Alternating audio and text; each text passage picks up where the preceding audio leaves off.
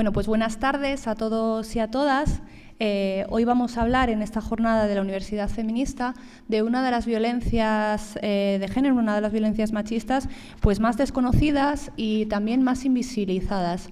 Esta es la violencia obstétrica, que es una violencia ejercida específicamente por el personal sanitario durante el proceso de embarazo, parto o posparto de una mujer y que impide la capacidad de las mujeres de decidir de forma libre e informada sobre los procedimientos, tratamientos y las técnicas que finalmente se van a emplear durante este proceso de, como digo, durante el embarazo, durante el parto y también durante el posparto. Estamos hablando de cuestiones como lo que se llamaba anteriormente, o sea, practicaba anteriormente, que era la episiotomía de rutina, que era, independientemente de que lo necesitases o no lo necesitases, te hacían un corte en la entrada de la vagina para, supuestamente, facilitar ese proceso de expulsión. También hemos oído hablar, y además cuando se habla en petit comité y sobre todo con mujeres más mayores, de lo que se conocía como el punto del marido, que era que cuando te hacían ese corte, esa episiotomía, aparte de coserte, te daban un punto más para que la vagina quedase más cerrada y se priorizaba el placer del marido al bienestar y la salud de la mujer. De hecho, esta práctica, pues luego, evidentemente, pues suponía una serie de consecuencias físicas y sexuales para las mujeres que desconocían y que en muchas ocasiones jamás llegaron a saber que se lo habían practicado.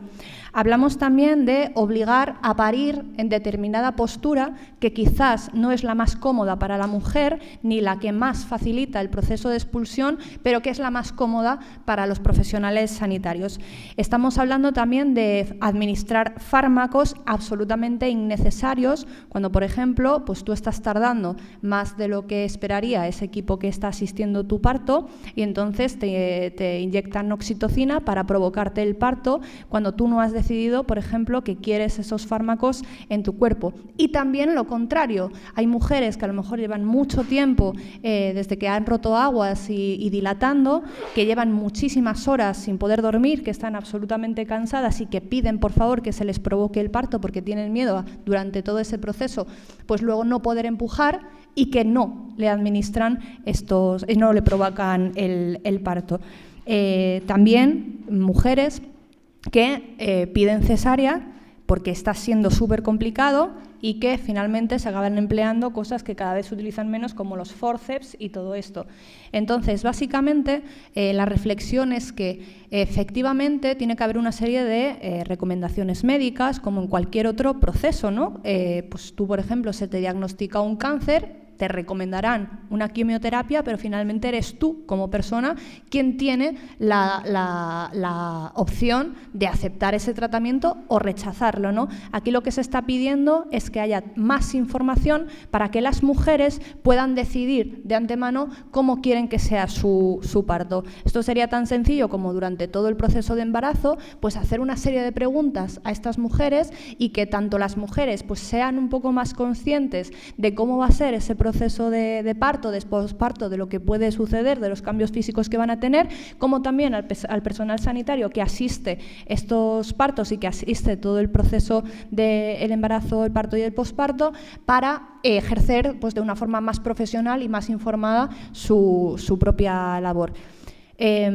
Comentaba antes que creo que también esto tiene mucho que ver con esa concepción machista de las mujeres de tratarnos como menores de edad, como seres tutelados y que, bueno, cada vez que nos salimos un poco de la norma, pues somos unas histéricas y unas locas, ¿no? Entonces, pues cómo se nos va a hacer caso en un momento donde estamos con ese nivel de hormonas, que estamos nerviosas, etcétera, etcétera. Finalmente estamos viendo que esto es un atentado contra los derechos humanos que sufrimos las mujeres en este proceso de especial vulnerabilidad porque tenemos miedos, porque nos estamos enfrentando a una situación desconocida, porque es un momento crítico en nuestras vidas y cómo finalmente ya, como veis, no hemos hablado ya de trato denigrante o de palabras o de lo que te dicen cuando estás en un momento pues en pleno parto y finalmente pues es que se ha llegado a oír, y aquí sí que voy a ser muy específica y esto es un hecho real, cuando abrías las piernas no te quejabas tanto, empuja, vas a matarlo, lo estás haciendo mal, te he dicho que empujes, todas estas cuestiones que finalmente pues hacen de nuestro parto y hacen de nuestra salud y hacen de todo este proceso algo que no debería ser, o sea, que no deberíamos recordar con esa violencia y que deberíamos recordar como algo donde una serie de profesionales médicos nos ayudaron, nos asistieron y nos respetaron y nos sentimos protegidas y nos sentimos seguras. Para todo ello, para hablar de todo esto, contamos con dos compañeras magníficas, que es Elena Gil, que ella es una compañera integrante de la asociación El Parto es Nuestro, y también Salomé Álvarez, que es la presidenta de la Federación de Asociaciones de Matronas. Por esto, de que cuando se habla de violencia obstétrica, cuando no se conoce, se puede llegar a pensar que esto es una cosa que dicen las mujeres, pero vamos, que quiénes son ellas para decidir estas cosas, que finalmente quien lo decidirá pues será la matrona, será el médico y la gente que sabe, ¿no? Pues estamos viendo como esta compañera, que repito es la presidenta de la Federación de Asociaciones de Matronas, propio personal sanitario, reconoce la existencia de esta violencia. Evidentemente que hay cosas que se nos escapan de las manos o que son de urgencia o que no podemos prever. No estamos hablando de eso. Estamos hablando de que hay cosas que sí que podemos prever, que sí que podemos decidir de antemano y que deberían ser respetadas como derechos y principios fundamentales de la vida y de la existencia y de los procesos que sufre cualquier mujer. Sin más, os dejo con ellas. Espero que lo disfrutéis y muchísimas gracias por haber venido.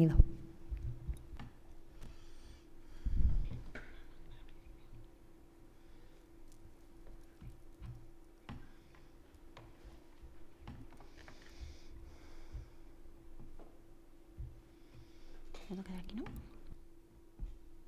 ¿Hola? No. ¿Hola? Sí, ahora sí. Bueno, primero de todo, daros las gracias por habernos invitado a participar en esta mesa. Y yo quería aprovechar para dar las gracias también a todas las mujeres que estuvieron antes que yo en la asociación, porque gracias a ella yo puedo decir que tuve un parto maravilloso. O sea, yo tengo 2 hijos, tuve un parto maravilloso, otro no tanto. Tuve un parto maravilloso gracias a toda la experiencia de la que me nutrí de otras mujeres que me contaron cómo habían sido sus partos y pude aprender y saber qué era lo que quería para el mío. Y gracias a eso, pues bueno, mi hija y yo tuvimos, ella un nacimiento y yo un parto preciosos. Mi segundo hijo, pues bueno, por desgracia fue un embarazo de riesgo, entonces las circunstancias eran diferentes y aún así me sirvió de mucho la información que otras mujeres compartieron conmigo, porque cuando preparas un plan de parto no contemplas a veces opciones como puede ser, pues, por ejemplo, que el bebé fallezca. Y no es algo fácil de trabajar, pero sí es cierto que cuando otras mujeres comparten eso contigo y tú puedes prepararte para lo peor incluso, sabiendo que eso te va a dar algo de paz o que tú vas a poder controlar parte de ese proceso, realmente, aunque suene muy raro decirlo, es algo que te da mucha tranquilidad. Afortunadamente mi hijo nació sano y perfecto. ¿Qué pasa? Fue un parto intervenido, con lo cual no era exactamente lo que yo quería, pero aún así, pese a que fue un parto intervenido y era un embarazo de riesgo, no fue un parto ni un embarazo en el que sufriera violencia obstétrica, o al menos no en general. Tuve la verdad, la suerte, la fortuna de encontrarme con profesionales que respetaron hasta cierto punto las cosas que quería, y dentro de que fue un parto intervenido, o sea, lo que quiero decir es que incluso en esas situaciones puedes hacer partícipe a la mujer y la mujer tiene una cierta capacidad de control. O sea, como ejemplo voy a poner que cuando estaba en la inducción de mi hijo, la matrona me dijo, depende a la hora que nazca tu hijo, el neonatólogo que esté lo atenderá aquí contigo en la sala de partos o se lo llevaré a neonatos. O sea, una cosa tan aleatoria como la suerte que tengas del personal que te toque. No tiene sentido. Otra cosa es que me dijeran sí o sí, tu hijo va a nacer mal y van a tener que valorarlo. Pues ahí nadie se va a negar. Pero una cosa tan aleatoria como depende de quién esté en el turno, te lo van a vigilar aquí o se lo van a llevar horas, ¿sabes? Me parece que es el ejemplo de que hay muchas cosas que tienen que cambiar, ¿no? Bueno, pues afortunadamente yo me pude nutrir de toda la experiencia de las mujeres que estuvieron antes que yo dentro de la asociación y pude ir preparada para todo esto. Entonces, bueno, esta introducción, todo el rollo, es para contaros un poco que yo represento una asociación de mujeres que mucho antes de que dentro del movimiento feminista se hablara de violencia obstétrica ya nombraban algo que existía, pero que a lo mejor no sabían ponerle nombre. Y que además, o sea, creo que rompe un poco el mito de que las mujeres somos nuestras peores enemigas y todas estas cosas que dicen porque es mentira. Vale, ahora os voy a contar un poco la historia de la asociación y veréis qué entroncado está esto con el feminismo, ¿no? Y cómo de ahí llegamos a la violencia obstétrica. Vale, los orígenes de la asociación, antes de ser una asociación, lo que se creó fue una lista de correos. Esto suena ya como del cuaternario del mundo de Internet. O sea, las listas de correos eran listas de correos electrónicos donde se juntaban por temas y tú mandabas un correo a esa lista y todas las personas que estaban dentro de esa lista recibían ese correo. Bueno, pues se creó una lista de correos que se llamaba Apoyo Cesáreas para mujeres que habían tenido cesáreas traumáticas y que compartían su dolor con otras mujeres.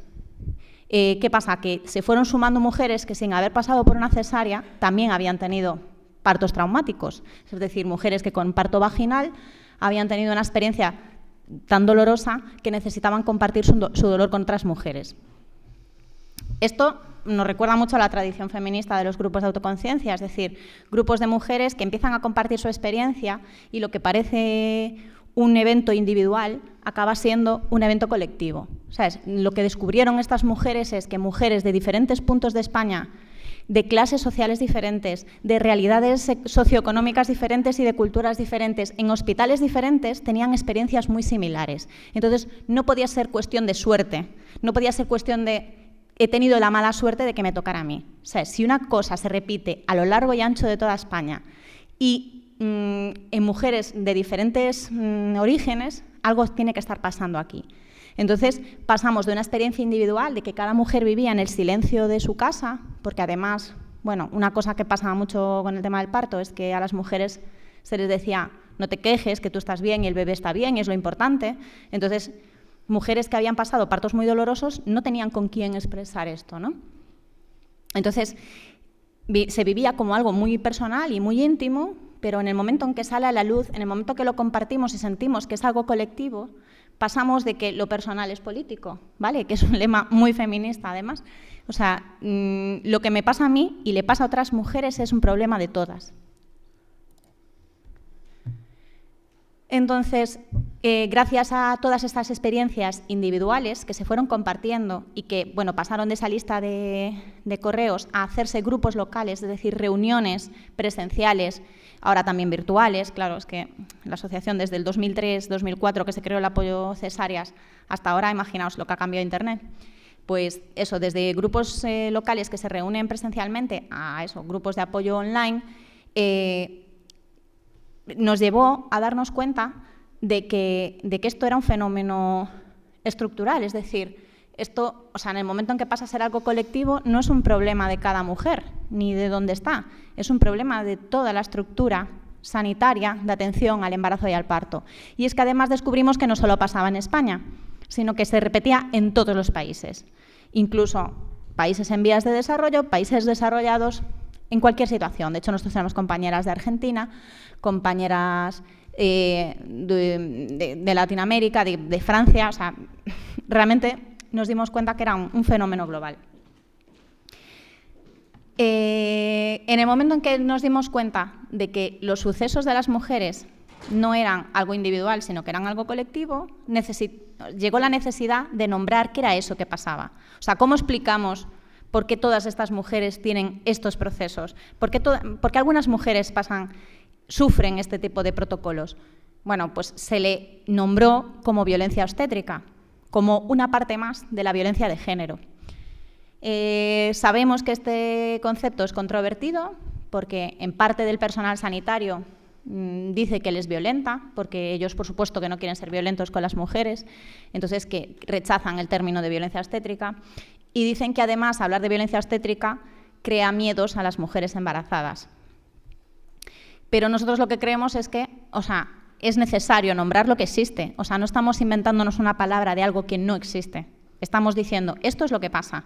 Y nosotros le llamamos así, da igual como lo quieras llamar. O sea, la realidad es que existe. Y en este caso, además, es importante darle el contexto en el que está, porque se atiende así a las mujeres por el hecho de ser mujeres.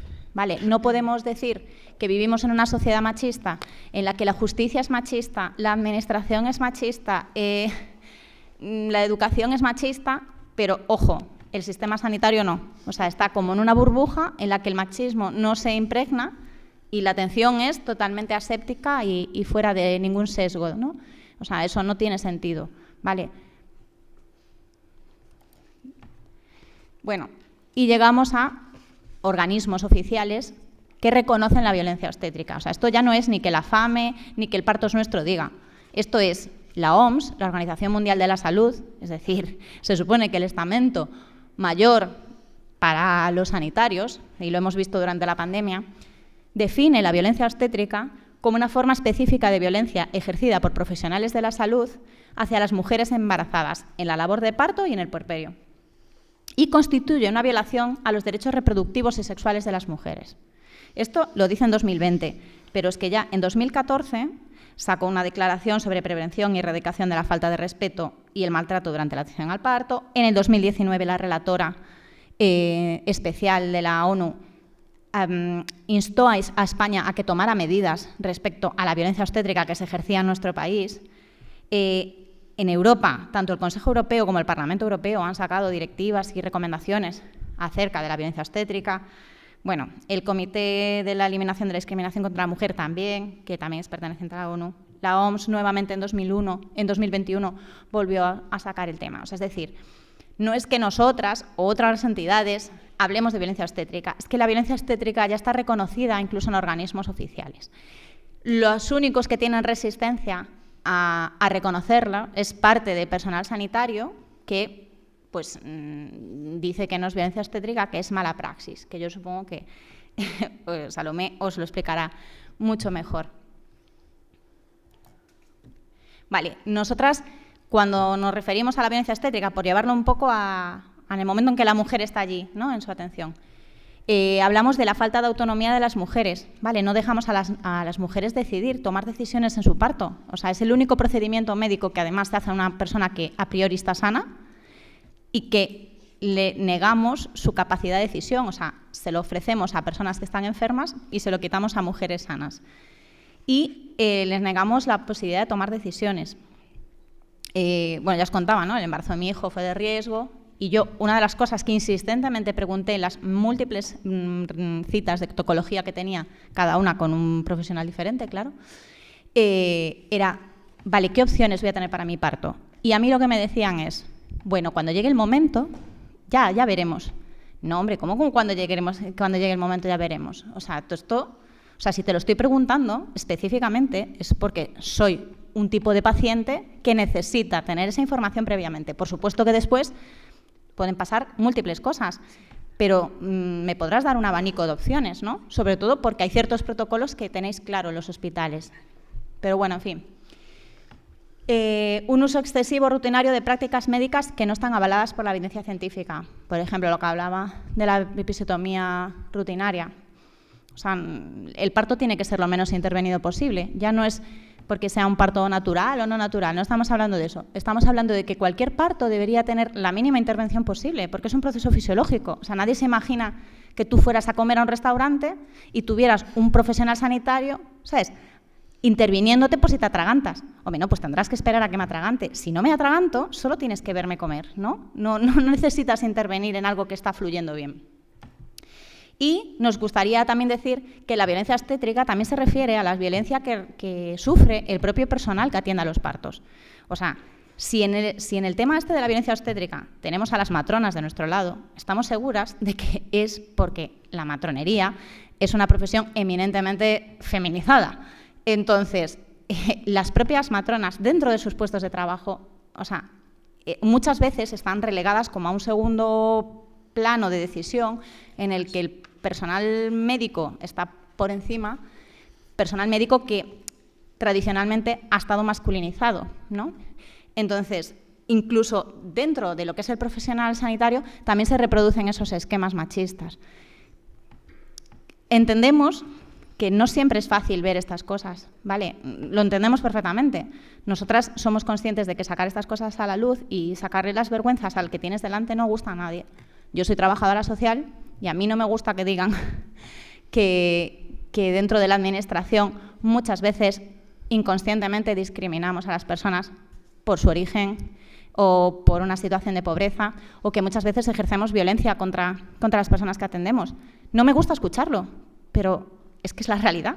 Pero si yo hago autocrítica, digo, pues es verdad, me remueve por dentro porque soy una persona humana y no quiero hacerle daño a nadie, pero no me tengo que quedar con esa sensación, me tengo que quedar con, pero efectivamente, tienen razón. Entonces, ¿qué podemos hacer?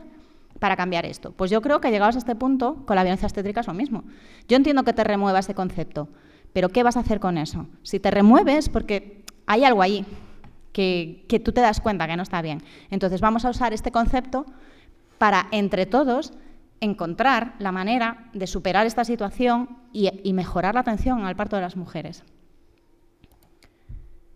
Vale, lo que nos cuentan las mujeres en los grupos de apoyo o nuestros grupos de Facebook, bueno, claro, tenemos millones de grupos ahora mismo. Lo que nos cuentan las mujeres. Hay un sesgo de género, o sea, a las mujeres nos educan para no quejarnos, pues eso. Tú has parido un niño sano, ¿qué te vienes a quejar? ¿Estás bien tú? ¿Está bien el bebé? Pues ¿qué más da que tengas un corte de la vagina al ano? ¿Qué más da que no puedas mantener relaciones sexuales porque te duele? ¿Qué más da que, sabes, pues que te hayan separado al bebé unas horas de la cesárea? ¿Sabes? O sea, pues es que esas cosas muchas veces la gente con su buena voluntad de querer minimizar para que la mujer lo pase antes, lo que hacen es que la mujer se tenga que comer esa vivencia ella sola. Bueno, sigue habiendo cantidad de partos traumáticos. O sea, hay mujeres que realmente te cuentan partos que son terroríficos. A mí se me hiela la sangre. O sea, no sé cómo alguien puede vivir una experiencia así. De hecho, hay muchas veces que mujeres te cuentan partos súper traumáticos y ellas no son conscientes de que te están contando barbaridades. Y para mí el caso más heavy fue una señora que vino a una reunión. Yo la vi entrar y dije, debe ser la abuela. O sea, para que veáis, o sea, era nada. Debe ser la abuela de alguien y viene a informarse o algo. No, la mujer hacía 30 años que había dado a luz a su hijo. Y fue un parto tan traumático que hasta 30 años después, en una sesión de fisioterapia, de repente le vinieron en cascada todos los recuerdos que tenía reprimidos. O sea, y desde entonces la mujer estaba desesperada por intentar encontrar respuestas para su parto. Me pareció brutal. ¿Sabes? Ella dice que durante 30 años no recordaba nada del parto de su hijo. Nada, nada. Si ya le preguntaban del parto, no recordaba nada. Y de repente en 30 años le vino todo como una cascada, pero con sueños, pesadillas recurrentes. Bueno, un poco un psicólogo podría explicarnos, ¿no?, cómo es el síndrome de estrés postraumático. Vale. ¿Qué nos cuentan las mujeres también? Que hay un intervencionismo excesivo, ¿vale? Que al final es una lotería, depende en el hospital que estés y depende quién te atienda, vas a tener un parto mejor o peor. Y que hubo un claro empeoramiento durante la pandemia del COVID.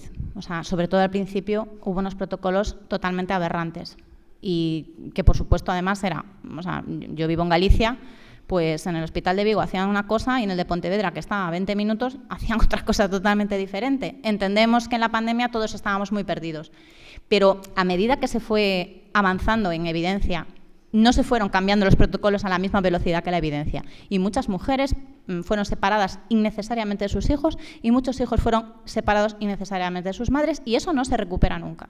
Todo ese tiempo que madre y bebé no estuvieron juntos, no hay manera de recuperarlo. No hay. O sea, no hay manera de devolvérselo. Y sí que, por supuesto, también vemos que hay mejoras muy claras en ciertos protocolos y mejoras muy claras en ciertos hospitales. Entonces, hay que ser positivos. O sea, yo si comparo mi parto con el parto de mi madre, vamos, a años luz. Mi madre tuvo que parir sola en una habitación con 10 mujeres más, ¿no? Yo, ya os digo, tuve un parto de mi hija maravilloso, que realmente para mí fue una experiencia bestial y claro, o sea, vamos, la noche y el día. Pero claro, fue en un hospital muy concreto, ¿vale? Entonces, sí que hay historias positivas, sí que hay personal trabajando muy bien y sí que hay hospitales que están intentando cambiar sus protocolos, pero no se puede dejar a una lotería el que una mujer tenga una buena atención a su parto o no. Y ya digo, que una buena atención al parto no significa siempre que tenga que ser un parto vaginal, natural, sin intervención y no sé qué, no sé cuánto. No. Ya os digo, el parto de mi hijo fue una inducción, porque era un embarazo de riesgo, de mucho riesgo, y fue un parto bien. Hombre, obviamente no era lo que yo quería, pero no puedo decir que sufriera violencia obstétrica, ¿entendéis? O sea, no necesariamente tiene que ser el parto idílico, el parto sin violencia obstétrica, sino que, pese a que tenga que haber alguna intervención, la mujer sea protagonista del proceso, ella y el bebé. Efectos de la violencia obstétrica, así rápido. El estrés postraumático, lo que os explicaba antes. Hay muchísimas mujeres que durante años reviven los sucesos del embarazo y del parto con pánico, o sea, como realmente una patología psiquiátrica. O sea, lo reviven, tienen pesadillas, tienen pensamientos recurrentes acerca del parto o incluso tienen bloqueos, como os decía, pues que no recuerdan nada del parto. Cuando una mujer sufre violencia obstétrica es más probable que el posparto sea más difícil y hay mayor riesgo de depresión posparto. Puede existir un pánico o bloqueo ante otro posible embarazo. Esto lo vemos muchísimo. Mujeres que o bien directamente no quieren tener más hijos o que cuando llega el segundo embarazo, o sea, se quedan totalmente bloqueadas. Bueno, cuestiones físicas, dificultades sexuales, urinarias, de movilidad, ¿vale? También puede afectar a la relación madre-bebé. Si intervenimos en ese proceso de nacimiento, separamos a la madre de su hijo antes de las cesáreas, en mi hospital de referencia se separaban incluso toda la noche, sin ninguna justificación, simplemente porque como neonatos cerraba, pues la madre hasta el día siguiente no veía a su bebé. O sea, imaginaros lo que tiene que ser para esa relación tan instintiva en los primeros momentos de madre e hijo que te separen 12 horas de tu bebé. Y, por supuesto, claro, la separación de madre e hijo, más todas las dificultades del posparto, pueden dificultar también la lactancia materna si así lo desea la madre. Entonces, nosotras proponemos que se siga hablando de violencia obstétrica, no de parto respetado, no de intervenciones innecesarias o necesarias, no. Hay que hablar de violencia obstétrica porque es liberador para las mujeres. Para nosotras fue liberador poder poner palabras a lo que nos había pasado, poder poner palabras a nuestros testimonios. Y porque además, si conceptualizamos lo que pasa, o sea, si le ponemos un nombre, podemos buscar soluciones. Si yo puedo explicar teóricamente lo que nos está pasando a las mujeres en los paritorios, también puedo proponer soluciones para que eso no se vuelva a repetir. Y nada más. Muchas gracias.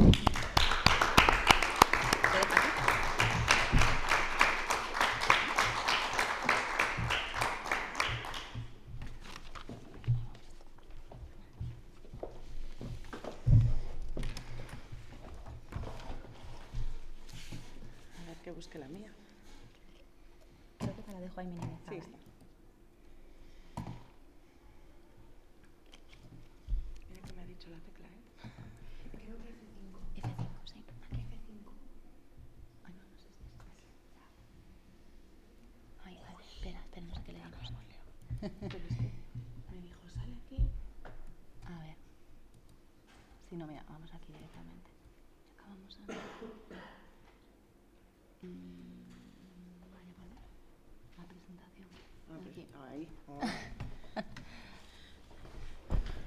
Mira que me han dicho antes el botón cuál era, pero ha desaparecido. Sí, no Os lo fue. juro que no está. ¿Vale? Bueno, buenas tardes a todos. Lo primero, muchas gracias, Lorena, por invitarme a estar hoy aquí. No conocía esta iniciativa y la verdad que me parece que la Universidad Feminista es algo muy necesario y por lo que he estado viendo en este tiempo, con temas muy, muy interesantes. Elena, pues fantástico, me ha encantado cómo ha explicado todo y ahora tengo un problema porque según iba escuchándola iba pensando 1000 cosas más que os quería decir, entonces bueno, voy a ver si no me enrollo mucho y puedo sintetizar y transmitiros un poco de todo lo que tenía pensado más lo que me he dado cuenta ahora. ¿Vale? Bueno, soy Salomé Álvarez, soy presidenta de la Asociación de Matronas, de la Federación de la Asociación de Matronas de España.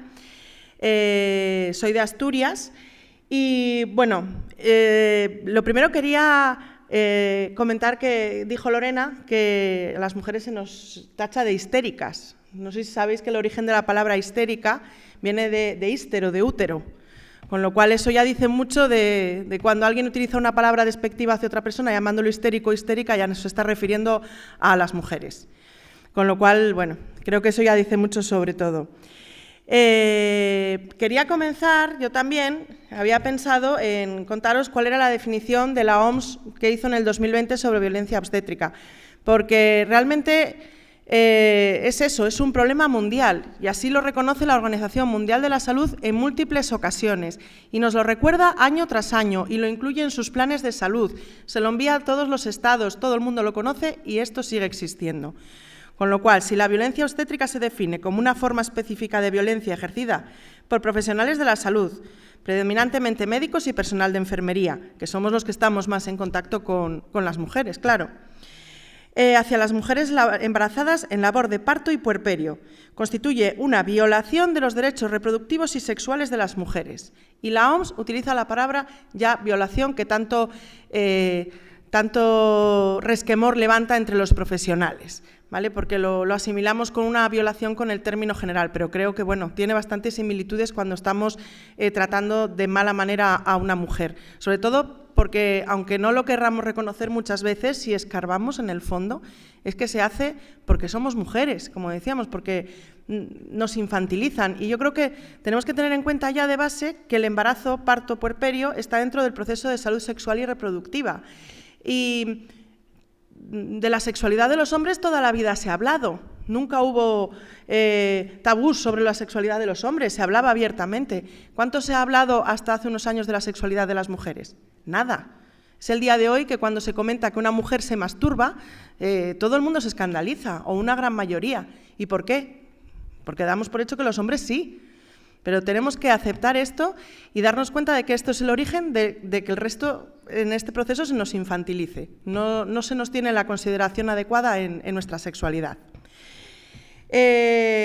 Como reconoce la UNESCO, la violencia obstétrica se ejerce contra los derechos humanos de las mujeres por serlo, y por ello es violencia de género, ¿vale?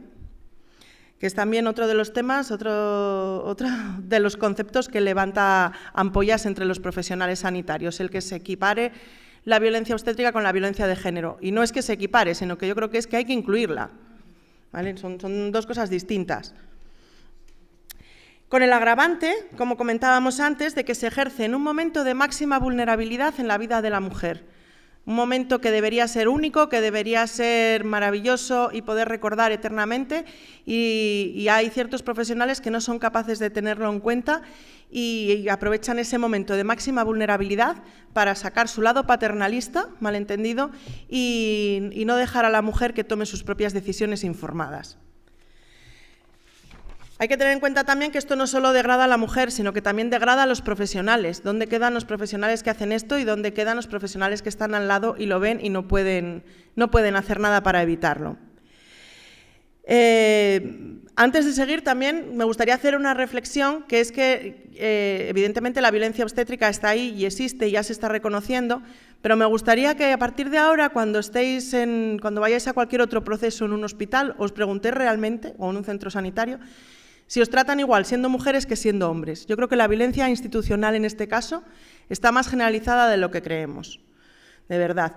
Incluso en otros aspectos de la salud sexual y reproductiva, hasta hace no mucho todavía, yo creo que sigue pasando, en la atención a la anticoncepción, por ejemplo, las mujeres, pues a veces les cuesta mucho el dar con alguien que les asesore adecuadamente en anticoncepción. Chicas jóvenes, una chica de 16 años que llegue a un médico de cabecera igual se lleva una respuesta que, vamos, que acaba en un embarazo no deseado porque no se atreve a tomarse una pastilla, o que va a una farmacia a comprar preservativos y le dicen también pues cualquier cosa. Entonces, bueno, lo que os digo es una violencia más amplia. Ahora mismo quizás la estamos cerniendo solo a embarazo, parto y posparto, pero creo que afecta a toda la salud sexual y reproductiva de las mujeres.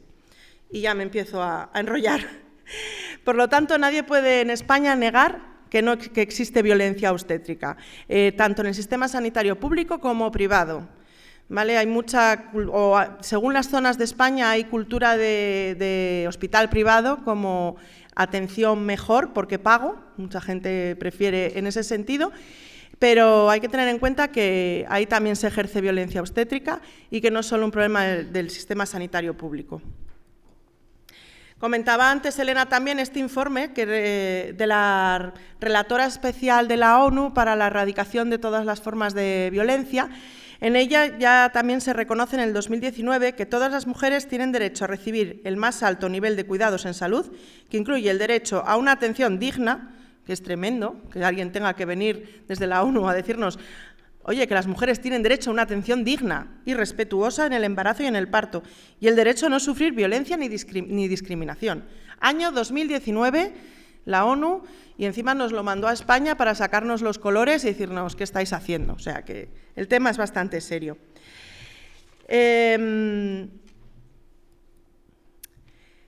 Los relatos de las mujeres, como nos ha contado Elena, van desde todo tipo de circunstancias. Creo que es importante aclarar en este punto, por un lado, que lo que para mí puede ser muy traumático, depende de cómo lo viva la mujer, a lo mejor para ella no es traumático. Yo recuerdo como matrona un parto que hace unos años que la verdad que se fue complicando todo y yo estaba allí en una esquinita cogiéndole la mano a la mujer y se me estaban poniendo los pelos de punta de todo lo que estábamos viviendo en aquel paritorio. Y cuando ya se fue todo el mundo y me quedé yo sola con ella, me dijo, ¡qué maravilla de parto, gracias! Y me quedé como, ¿en serio?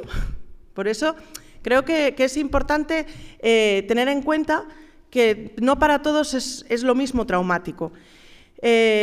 Quizás en ese caso, yo muchas veces lo he pensado, cómo aquella mujer me pudo decir aquello, y creo que en ese caso concreto sirvió de mucho la información que se le estaba dando. ¿Vale? Se estaba produciendo una serie de actuaciones dentro de aquel paritorio y mi labor en ese caso, aparte de cogerle la mano, era ir contándole todo lo que estaba pasando. Y yo quiero creer que eso le ayudó a no tener tan mal recuerdo de su parto. ¿Vale? Las experiencias traumáticas van desde esos partos intervenidos, cesáreas, por supuesto, que consideran las mujeres que no son necesarias o se les ha practicado en un momento que no era correcto, y la mayoría de las veces yo creo que tienen el origen en eso, en no explicarles los procesos. Hablan a veces del consentimiento, luego os quería comentar de la Ley de Salud Sexual y Reproductiva. En esta ley se habla sobre el consentimiento informado que se requerirá, dice, siempre que sea posible, salvo en casos de urgencia. Yo creo que eso ahí deja un abanico muy amplio, porque un parto tienen habitualmente 9 meses de embarazo primero, con lo cual yo creo que tiempo a explicar a la mujer lo que puede pasar hay de sobra, y en todo ese tiempo le puedes ir contando poquito a poco las situaciones que se pueden dar y las medidas que habría que tomar en ese momento y qué querría hacer ella. Y llegado el momento que se desencadena el parto, son muy poquitas las mujeres que se ponen de parto y paren en media hora o se les complica, a ver, alguna hay que se complica en media hora y hay que correr, no voy a decir que no. Pero habitualmente tienes mucho tiempo para estar con ellas, para hablar y para poder informarle y pedir el consentimiento, aunque sea verbal, para las posibles actuaciones. Y de verdad, yo quiero recordar a mis compañeros que 4 palabras es que no nos llevan unos segundos. Es verdad que en las situaciones de urgencias los segundos cuentan mucho, pero hay que hablar con esas mujeres, ¿no? Con esas mujeres y con la familia, con el acompañante, que parece que lo estoy olvidando, pero no. Yo que estoy en los paritorios habitualmente, las imágenes de los padres con cara de sustos pegados en la pared, los pobres, también las tengo. Entonces, bueno, es importante el poder hablar. Aparte de todas esas prácticas que comentábamos, la instrumentación de los partos, es cierto que hay casos en los que hay que utilizar instrumentos, pero son patologías del parto, distocias que llamamos, que tienen unas indicaciones concretas. Una ventosa obstétrica no se puede usar en cualquier parto, sino en unos partos concretos. Un forceps no se puede utilizar en cualquier parto, solo en unos partos concretos. Y no es escoger entre uno u otro, sino que cada uno tiene sus indicaciones, al igual que una cesárea. Bien, pero también tengo la sensación, o tenemos la sensación, de que hoy en día, por una causa o por otra, todos los embarazos son de riesgo y parece que ya no hay embarazos de bajo riesgo ni partos de bajo riesgo. Y eso no es real. Hay muchos embarazos que son de evolución fisiológica normal y que pueden llevarse a cabo el parto de una forma completamente normal. ¿Vale? Entonces, bueno, ¿qué ha pasado?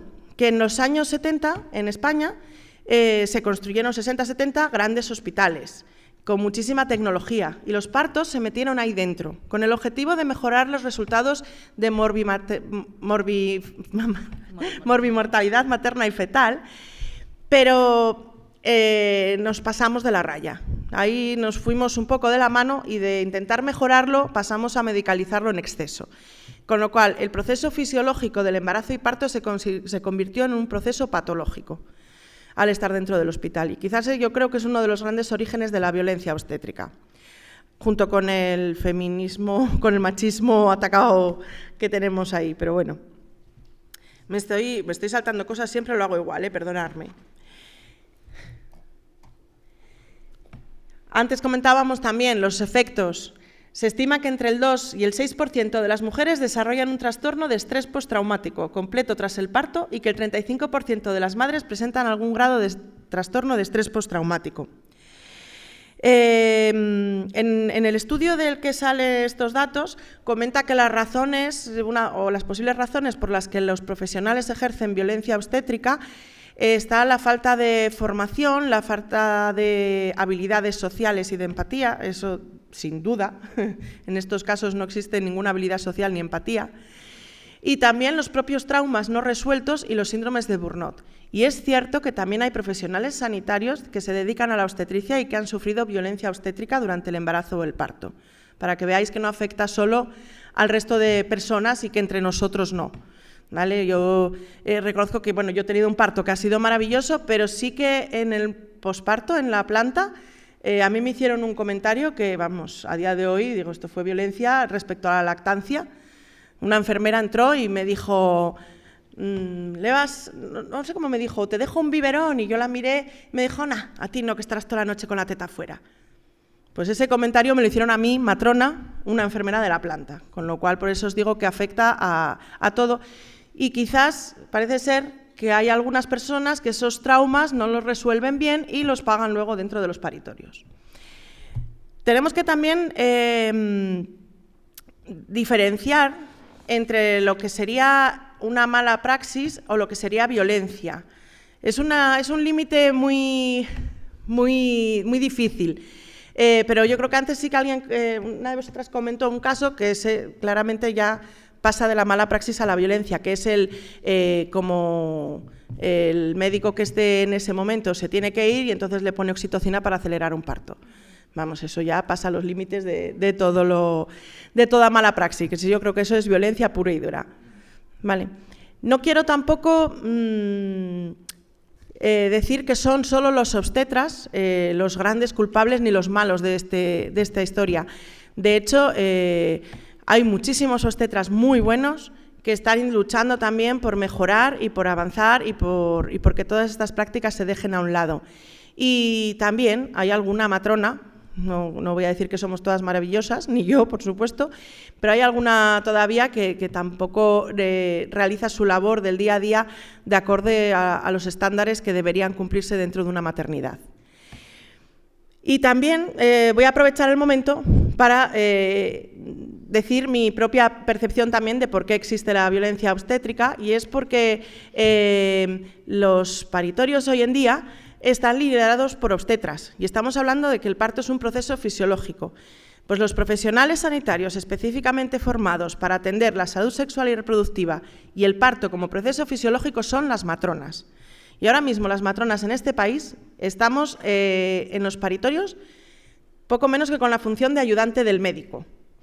Y ya sí, es verdad que es una profesión muy feminizada, también la de obstetra hoy en día son la mayoría mujeres, pero sigue habiendo esa concepción cultural de que el médico es el que manda y las enfermeras, que las matronas somos enfermeras especialistas, somos las ayudantes del médico. Y no, somos una profesión independiente con nuestras competencias propias, reguladas por un Real Decreto. De hecho, es la única especialidad de enfermería que tiene sus competencias reguladas en un Real Decreto, con una larga tradición histórica y que a día de hoy tenemos que seguir peleando por tener nuestro huequito en los paritorios, lo cual es muy triste en la atención al parto normal. Ay, me he pasado. Y esto afecta a que también, en un estudio que se realizó en Estados Unidos, en Inglaterra hace poco, se arrojó como datos que el 26% de las matronas cumplían criterios diagnósticos positivos para también un trastorno de estrés postraumático por lo que vivían en los paritorios. Estas matronas utilizaban frases como que habían presenciado violaciones y que se sentían mal porque no habían podido ayudar a las mujeres o porque no las habían defendido. Pero es que ahora mismo, pese a que nuestras competencias están ahí, no nos dejan, no tenemos la autonomía para poder ser las líderes en el desarrollo del parto. ¿Eso qué conlleva? Que si yo como matrona estoy llevando un embarazo o un parto de bajo riesgo dentro de un paritorio, ningún obstetra, si no hay nada complicado, debería entrar a ese paritorio, ni explorar a su mujer, ni intervenir hasta que yo lo llame porque hay algo complicado. Y eso a día de hoy en España no está pasando.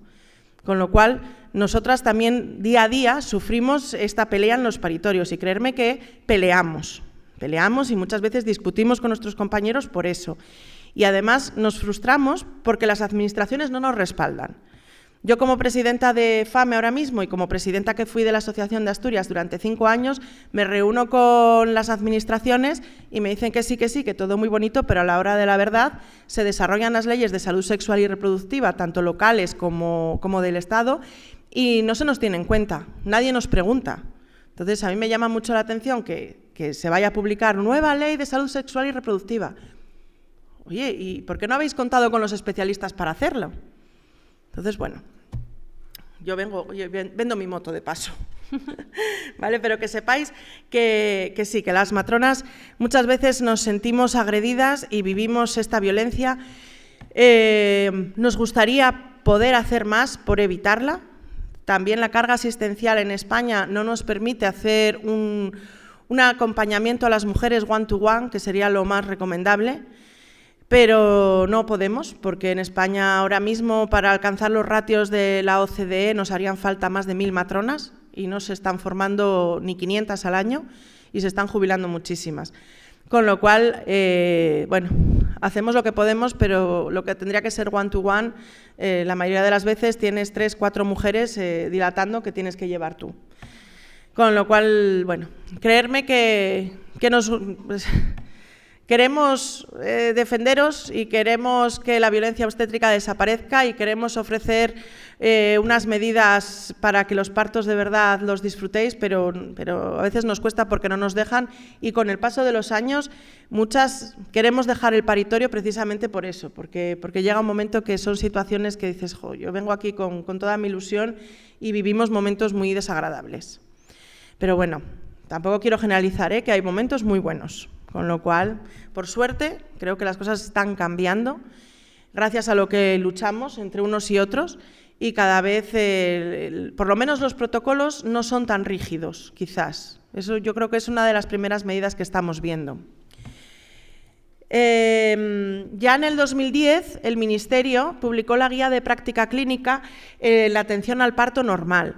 Esta guía contó con un amplio número de expertos de varias categorías profesionales y evidentemente se hizo una difusión tremenda con la intención de implantarse en todos los hospitales de España. Bueno, pues 12 años después la implantación es bastante sesgada según en qué hospital nos encontremos. Ya no digo según qué comunidad, porque dentro de cada comunidad, luego hay en cada provincia, en cada área sanitaria, cada sitio es un mundo. Entonces algo está pasando. Cuando el Ministerio publica una guía con unos estándares que se tienen que, recomendaciones, pero con una evidencia científica detrás, ¿por qué no se cumplen? A mí hay algo ahí que no me encaja. ¿Por qué no se vigila que eso se cumpla? Pues previo a esta guía, desde la Federación de Asociaciones de Matronas de España, se realizó el documento Iniciativa Parto Normal, que fue de los primeros que se publicaron en España donde se utilizaba casi este nombre. Y de hecho lo pusimos a disposición del Ministerio y seguimos a día de hoy. Ahora mismo estamos haciendo la actualización, esta es la portada vieja, la nueva espero que en un mes tenerla ya. Pero es una actualización en base a toda la evidencia científica que existe respecto a las recomendaciones del parto. Con lo cual, seguimos poniéndola a disposición, y no nos cansaremos de decirlo, de aquellos políticos que tengan que desarrollar las políticas de salud sexual y reproductiva y de todos los centros sanitarios que tengan que realizar sus protocolos, que por favor cuenten con nosotros y con nuestros documentos porque no van a encontrar evidencia de más calidad que esta. Y si la evidencia es de calidad, es una recomendación sin duda, pero tendría que ser recomendación de obligado cumplimiento. Hay que decir que gracias a este documento la episiotomía de rutina desapareció de la mayoría de hospitales, no me atrevo a decir de todos, lo reconozco, pero bueno, en una amplia mayoría de hospitales sí que ha desaparecido, así como otras prácticas como era poner enema de rutina, por si la mujer se hacía caca, no pasa nada. El rasurado del periné. Bueno, varias prácticas fueron desapareciendo. Y otra de las prácticas que con el COVID volvió a salir, por desgracia, que era el acompañamiento, el no dejar a la mujer estar acompañada durante el parto de la persona que ella elija. Una práctica que tiene muchísimos estudios detrás que avala los numerosos beneficios que aporta. Y habíamos conseguido en casi toda España que las mujeres estuviesen acompañadas por la persona que ella decidía. Y llegó el COVID y nos mató en ese sentido.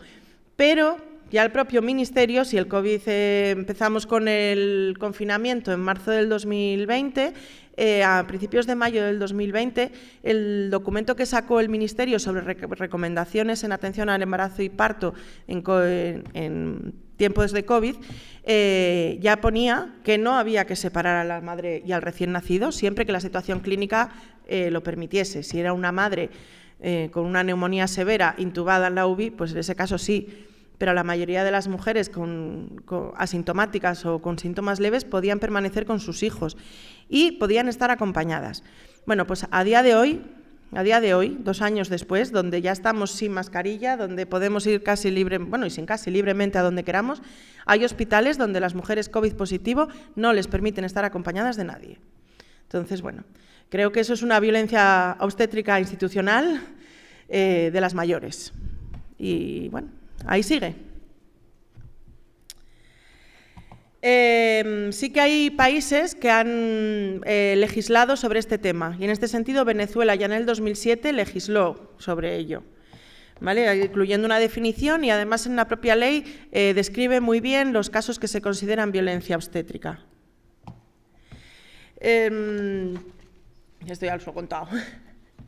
Por lo tanto, queremos decir desde aquí que las matronas, y ahora permitidme que ya hable del gremio de matronas, decimos no a la violencia obstétrica por todo lo que conlleva, por los altos costes, por un lado, porque aparte de los costes emocionales y personales que suponen para las mujeres y para los propios trabajadores, desde términos de economía sanitaria, la violencia obstétrica supone costes, con lo cual esas mujeres que van a tener más complicaciones y que por lo tanto van a generar más gasto sanitario. Así que sería otra de las cuestiones por las que las propias administraciones deberían tenerlo en cuenta, más en estos tiempos que hemos gastado mucho con el COVID. La reforma de la ley que os comenté antes, ahora mismo estamos en plena reforma de la ley de salud sexual y reproductiva del año, ¿qué era?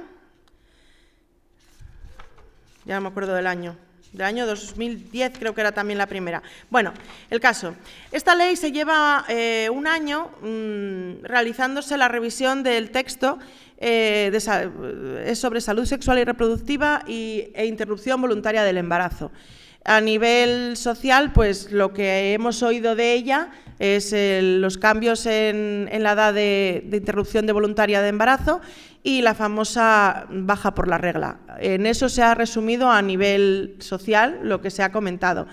Pero se habla ampliamente, o por lo menos más ampliamente que antes, del tema de la violencia obstétrica, pero sin nombrarla. De hecho, en el primer borrador se incluía la violencia obstétrica con su nombre y su apellido y se incluía como un tipo de violencia de género. Pues después de varias reuniones con distintos colectivos, al final se acabó quitando el término. Ahora ya está hecha el anteproyecto y sí que han sacado un periodo de audiencia pública en el que desde la Federación y también desde asociaciones locales hemos hecho alegaciones. Y quería comentaros un poco las alegaciones que hemos hecho en el sentido, porque, bueno, yo creo que van todo un poco en el mismo sentido. hablan de la cartera de servicios comunes del Sistema Nacional de Salud, donde dice que tienen que existir servicios especializados dotados de equipos interdisciplinares que tendrán como objetivo principal la promoción de la salud sexual y la salud reproductiva en todas las fases del ciclo vital. Bien, pues nosotros decimos que estos servicios especializados tienen que ser gestionados por matronas como los profesionales sanitarios responsables de los cuidados de salud sexual y reproductiva. Cuando alguien va a un cardiólogo o tiene un problema de corazón, no duda de que lo va a atender un cardiólogo. Y no vale que le atienda al traumatólogo, y no dudamos que seguramente que el traumatólogo sabe mucho también. Pero si vas con un problema de corazón, lo suyo es que te vea el especialista. Pues si estamos hablando de salud sexual y reproductiva, desde una perspectiva fisiológica, pues no estamos hablando de patología en ningún momento, pues lo lógico es que esos servicios estén liderados por matronas y quien te atienda sea una matrona. ¿Vale? Hay que recordar que casi las matronas pueden cubrir cerca del 90% de las necesidades de intervenciones esenciales de salud sexual y reproductiva, desde la adolescencia hasta la menopausia, con lo cual tenemos un amplio campo competencial, y que fortalecen la salud y el bienestar de las mujeres y llevan una atención segura y eficaz al alcance de las personas. Pedimos también en la redacción de este artículo que se incluya la frase que serán efectivas todas las recomendaciones de buena práctica clínica establecidas por la Estrategia de Salud Sexual y Reproductiva. En el artículo 27 del capítulo 2, el texto, tal como nos ha llegado, dice que disminuir el intervencionismo evitando prácticas innecesarias e inadecuadas. Nosotros pedimos cambiar esas palabras por evitar el intervencionismo abandonando prácticas innecesarias e inadecuadas, incluyendo para tal fin todas las medidas necesarias para incrementar el número de matronas. Volvemos otra vez a la OMS. Esto ya lo dijo la OMS en muchísimas ocasiones y hay mucha evidencia que lo respalda. Los resultados de los partos en salud materno-infantil mejoran cuando son atendidos por matronas. Con todo esto, como os dije, queda claro que reconocemos la existencia de violencia obstétrica. La parte mejor que yo os quería contar es que también, aparte de quejarnos de que existe, de que no nos hacen caso, de que podemos hacer muchas cosas, es que las matronas proponemos una solución. Y la solución es lo que ya se está haciendo en otros países, o una posible solución, evidentemente no será la solución total, pero es la creación de centros de nacimiento. Bueno, la imagen parece idílica, pero de verdad que no es tan difícil conseguir un paritorio que sea así. Y los centros de nacimiento son centros que están gestionados y liderados por matronas, donde se atienden embarazos y partos de bajo riesgo, que como os digo son muchos. ¿Vale? Son centros donde se permite el acompañamiento y se comparte el liderazgo con la propia mujer, de manera que las decisiones se toman en conjunto y están informadas en todo momento. Por supuesto, tienen libertad de movimiento, libertad de elección, todo lo que se os pueda ocurrir que necesite la mujer y que en otros casos no se le respete. No son centros hippies, como alguien ha comentado en alguna ocasión cuando hablamos de esto y nos dicen, ¡ay, qué hippie! Bueno, no, son centros que pueden estar dentro del hospital o incluso fuera y que dentro del sistema sanitario tienen una estructura que en el momento en el que necesites algo del sistema hospitalario se tiene pues o al lado o a una distancia concreta. ¿Vale? Hay una coordinación. El centro está liderado por una matrona y tiene que estar coordinada con un pediatra y un obstetra que o bien están ahí o están cerca, para que sea seguro también. ¿Vale? Entonces, bueno, nuestra propuesta, y ya no me voy a extender mucho más porque si no, ¿vale? Ya, como os digo, muchos sistemas sanitarios están adaptando sus recursos a estas prácticas, porque además de todo, a los sistemas sanitarios, sin duda, les importa los resultados en salud. Evidentemente, cuantos mejores resultados en salud tengamos, mejor, pero también les importa la economía. Mantener un sistema sanitario, pues como el de España, por ejemplo, es altamente costoso. Y en este sentido, los centros de nacimiento han demostrado que son costo efectivos y que la labor de las matronas es costo efectiva también, es mucho más barato para el centro sanitario tener más matronas, menos obstetras y tener partos menos intervenidos, que también son menos costosos. y no quiero extenderme mucho más, porque con todo esto queda demostrado que en nuestro país se ha ejercido, se ejerce y se seguirá ejerciendo violencia obstétrica si no actuamos de forma contundente y firme. Es hora de dejar de mirar para otro lado, empezar a llamar las cosas por su nombre, hablar de ello y tomar las riendas de nuestros partos. Vale. Muchas gracias.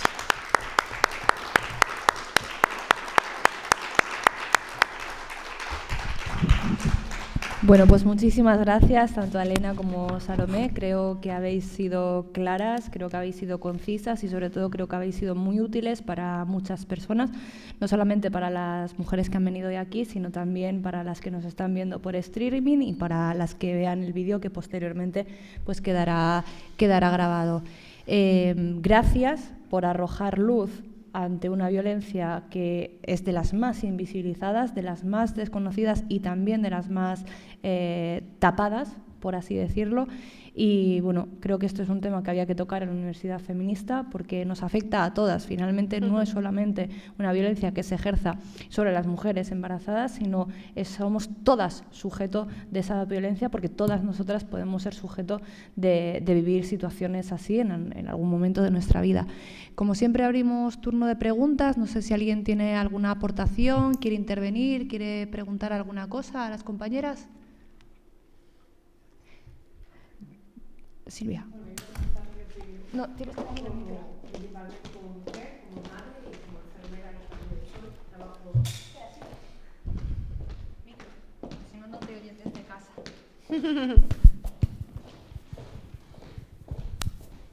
No sé si me habéis oído.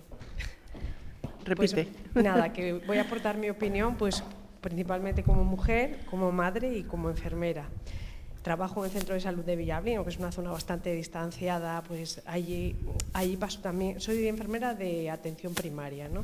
Pero tengo una relación estrecha pues, con este tema porque paso la consulta de obstetricia allí, llevamos el control del embarazo a las gestantes de la zona porque queda bastante distanciado.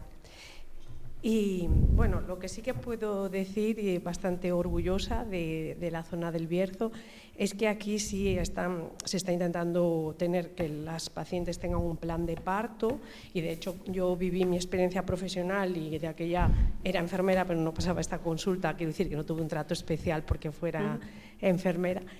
Y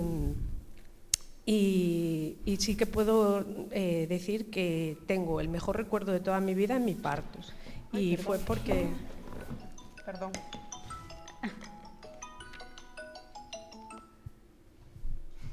Y fue porque se han tenido precisamente en cuenta todas estas cosas que han contado Salomé y Clara, creo recordar. Elena, perdón.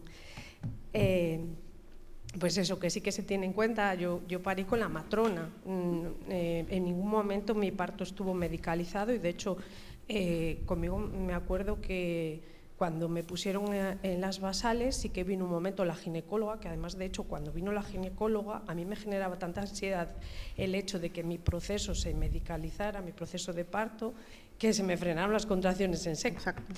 O sea que fue como que vi la luz en cuanto ella se fue. Me quedé, estaba la matrona y la auxiliar, que además esa noche solo había una matrona, a veces había dos, y sí que estaba otra mujer de parto. Pero bueno, como mi parto iba bien y era un proceso normal, pues lo que decís, luego me dejaron la intimidad de llevarlo con mi pareja, que lo vivimos. Yo ya os digo que el mejor recuerdo de mi vida, a pesar de los dolores, a pesar de… Sí que tuvieron en cuenta el hecho de que fuera el espacio íntimo, me pusieron una luz tenue, que estoy hablando hace más ya de 10 años, que mi hijo tiene 10 años y medio. Una luz tenue, me dejaron la pelota para dilatar mejor, bueno, que tuvieron todas estas cosas en cuenta que comentáis, o sea, que en este sentido creo que en el Bierzo en general, que luego es la suerte, como decís, que haya unos protocolos establecidos es súper importante y que las mujeres no vivamos estas cosas en silencio, porque yo creo que el problema es que esta violencia obstétrica no es conocida porque las mujeres la vivimos en silencio y no estamos tan acostumbradas a que el dolor, nuestras cosas, las tengamos que vivir interiormente sin poder expresarlas hacia afuera, que tampoco nos quejamos de cara a la administración, a poner una reclamación, o sea, lo hablamos entre nosotras como mucho y no llega a ningún sitio. Y sí que es cierto que esto está pasando, pero ya no solo a nivel obstétrico, es que tú vas a veces a una consulta ginecológica y te sientes como una vaca lechera. O sea, a ti te dicen, hay profesionales que hoy en día todavía te dicen ahí en un plan, ábrete de piernas como si fueras. Entonces, sí que es verdad que nosotras tenemos que reivindicar, tanto como a nivel usuarias del sistema, tanto como enfermeras, tanto como matronas, luchar porque no se produzcan este tipo de violencias, porque lo son violencias, o sea, lo que decimos machistas, no solo obstétricas. Yo considero que obstétrica es porque está dentro de esta violencia. Y vamos, totalmente de acuerdo con lo que contáis y que estaría bien desarrollar este tema y darlo más a conocer, desde luego. Exacto.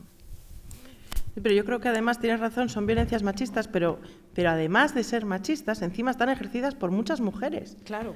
¿Qué es lo triste?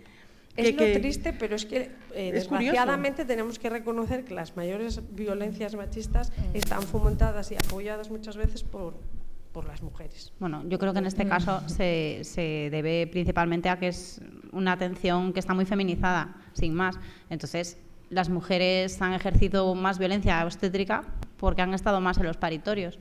Porque efectivamente la matronería sí que es la profesión más antigua del mundo. O sea, lo primero que existió, además de una mujer y un hombre, eso sí, pero bueno, fue una matrona atendiendo al parto de esa mujer. Sí. Entonces, o sea, lógicamente muchas mujeres han tenido que ejercer violencia obstétrica porque son las que estaban en los paritorios.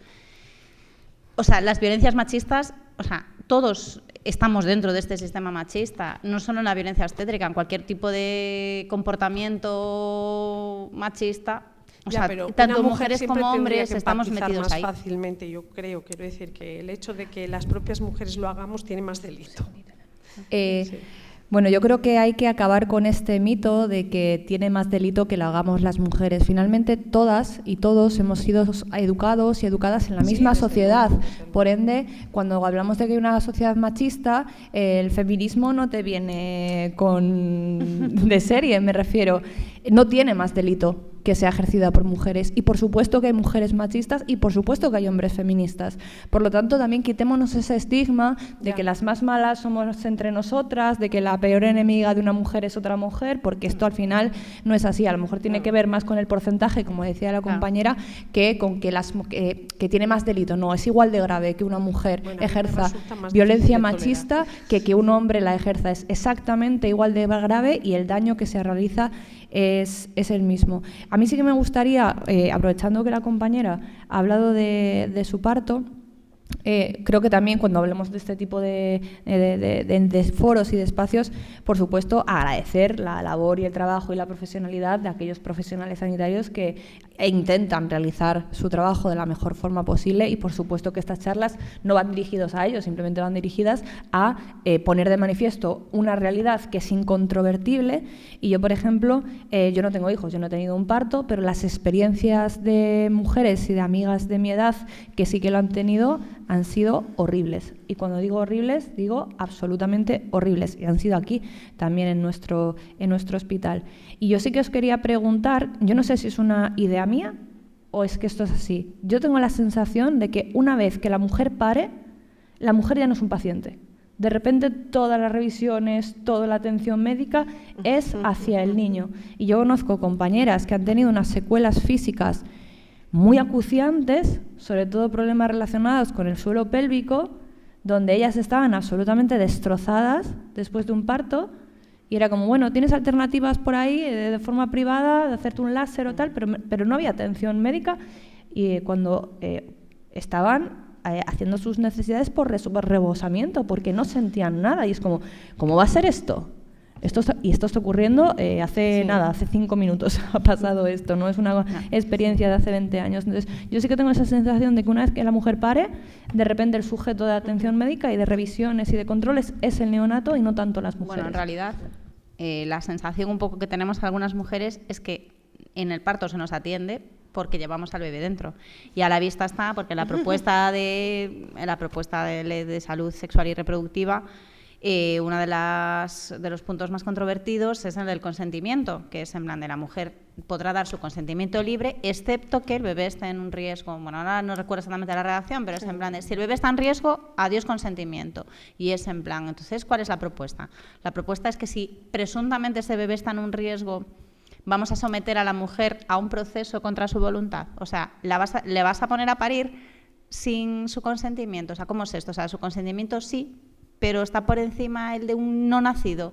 O sea, por eso digo que hasta cierto punto, o sea, se atiende a la mujer en el embarazo, pero yo, claro, ya me empiezo a pensar que realmente se la atiende porque tiene al bebé dentro. Y a la vista está, el bebé sale de dentro y a la mujer se la deja. No solo sus procesos físicos, que son los más evidentes, sino sus procesos emocionales. La mujer está muy sola. O sea, muchas mujeres, y ya no digo del rural, digo incluso dentro de las ciudades, cuando van a las consultas del posparto, no hay una matrona que las pueda atender. De hecho, hay muchas mujeres que durante su embarazo no hay matronas que las puedan atender. Entonces, ¿qué profesional va a detectar que esa mujer puede estar pasando una depresión posparto? ¿Qué profesional va a detectar que esa mujer tiene una patología del suelo pélvico? ¿Quién? Porque en el momento que sales del hospital no te pautan nada más, salvo que a lo mejor tengas puntos de una episiotomía que con suerte te lo revisa la enfermera de atención primaria. Entonces, sí, o sea, estamos totalmente abandonadas a nuestra suerte en un proceso que además es muy vulnerable. Yo supongo que nos podrá contar Salomé, pero los grupos de posparto que hay en los centros de salud suelen ser oro para las mujeres, oro. Claro. Y cuando digo oro es que, además, como criamos muy en soledad ahora mismo, porque, bueno, pues porque se tienen pocos hijos y porque cada uno tiene una vida muy individualizada, las mujeres de repente se ven con un bebé en brazos, con todo lo que hayan pasado en el parto y en el embarazo, que su vida va a otro tiempo, o sea, el mundo va a 200 por hora y ellas van a 3 kilómetros por hora, porque con un bebé los tiempos cambian totalmente, y se ven solas con su episiotomía, solas con su incontinencia, solas con sus dificultades para mantener relaciones sexuales, solas con sus dificultades de pareja, solas con sus dificultades de lactancia, o bueno, o sin haber dificultades. Claro, o sin haber dificultades, porque... ¿Crees que no estás haciendo nada bien de lo que tienes que hacer? Exactamente, con la presión de la maternidad idealizada. Pero es que digo, es que incluso aunque no haya problemas, todas las mujeres, sobre todo cuando tienen el primer hijo, te llevas un choque de realidad. De repente tienes a un ser humano que está dependiendo absoluta y completamente de ti. Y eso todo lo estamos dejando a las mujeres solas cuando pasamos de estar súper intervenidas. Entonces, o sea, es normal que nos sintamos solas. O sea, y yo creo que una vez que se cierre el melón del parto, va a haber que abrir, o a la vez, más bien al mismo tiempo, el melón del posparto. Sí. Porque si en el parto se hacen cosas graves, en el posparto, o sea, y eso realmente... Perdona. Sí.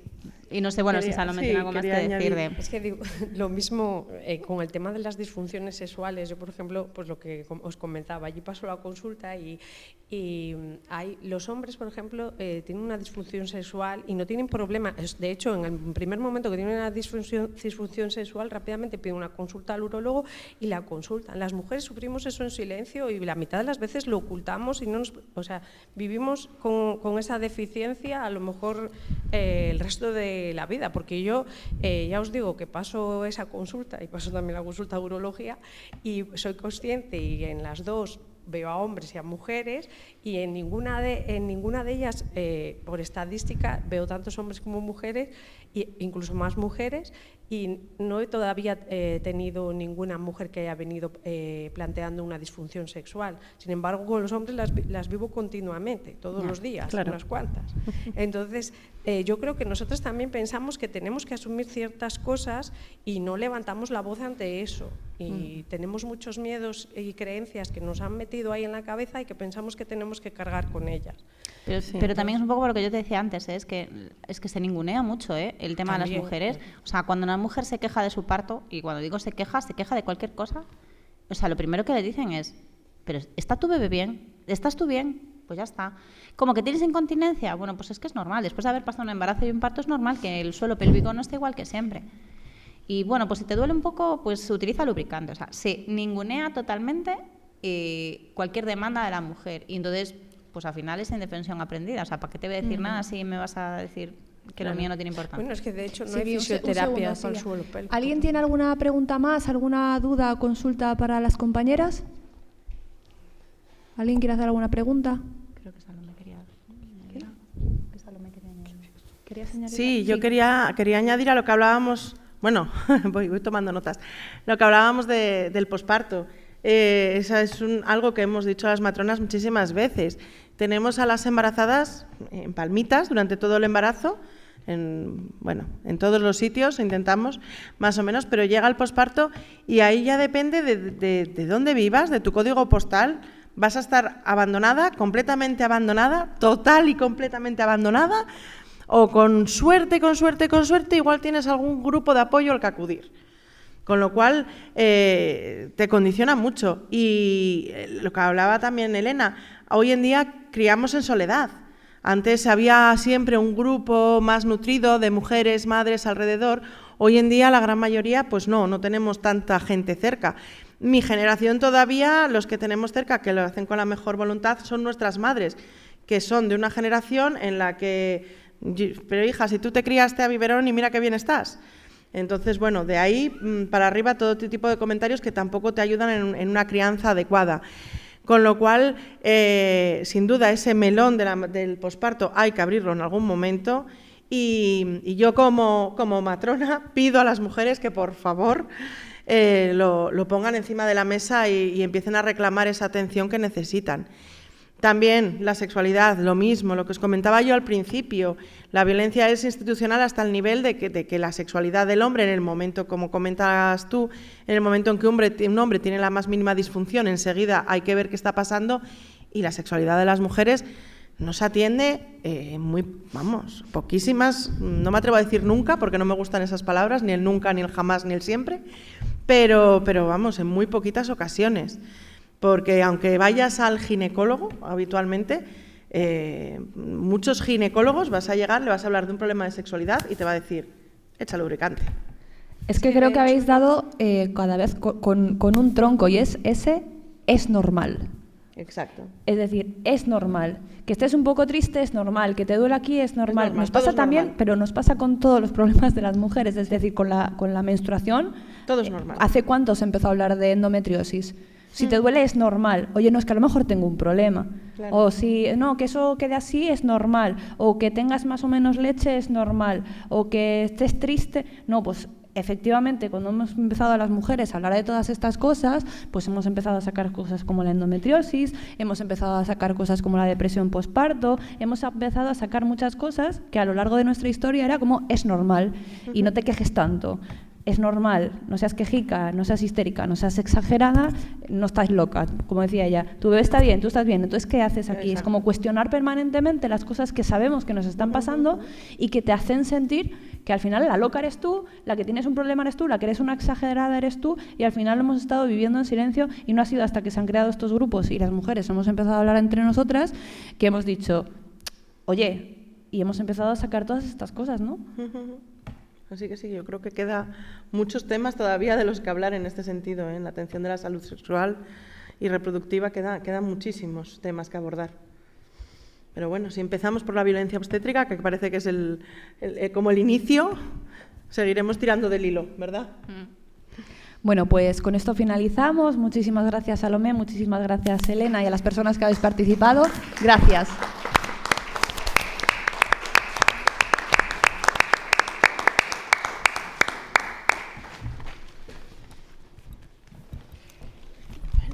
Vale, os recuerdo la próxima actividad, es el martes de la semana que viene y como sabéis vamos a estar aquí con Maribel, con la directora del documental de Nevenka, con Charo Velasco y también con Menchu Monteira, dos mujeres que en su momento pues tuvieron una participación activa en todo esto y espero que nos veamos aquí el martes.